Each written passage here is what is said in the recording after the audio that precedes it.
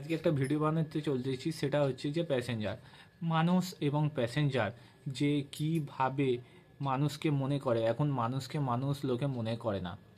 আজকে আমি খাবার দিতে গেছিলাম হচ্ছে যে নস্কর পাড়া, সেটা হচ্ছে গড়িয়ার দিকে, এবং নিউ গড়িয়া বাইপাস পেরিয়ে গিয়ে দিতে হয়।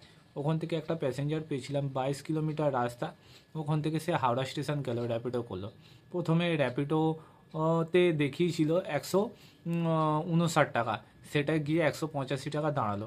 কিন্তু 22 কিলোমিটার রাস্তায় যদি 10 টাকা করেও ধরা হয়, সেখানে 220 টাকা হয়। তাকে 20 টাকা বেশি দিতে বলা হলো, সে 20 টাকা বেশি দিল না, সে 2 টাকা বেশি দিল। সে ভাবলো যে ভিক্ষা দিচ্ছি, কিন্তু এদিকে সে 20 টাকার সিগারেট এক টানে খেয়ে নিচ্ছে। এইভাবে প্যাসেঞ্জার এবং মানুষ, সে সিগারেট খাবে কিন্তু কাউকে 20 টাকা 10 টাকা বেশি দিতে গেলে তাদের গায়ে লাগে।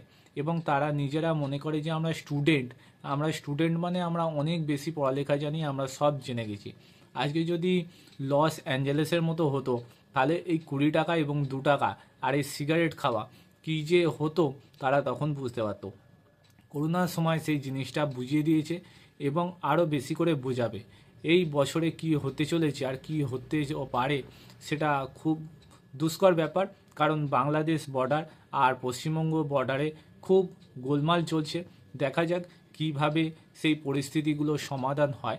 মুখ্যমন্ত্রী এক বলছে, প্রধানমন্ত্রী এক বলছে, এইগুলোর সমাধান সাধারণ মানুষকেই করতে হবে। এই বলে ভিডিওটি শেষ করলাম। ভালো লাগলে শেয়ার, কমেন্ট, লাইক অবশ্যই করবেন।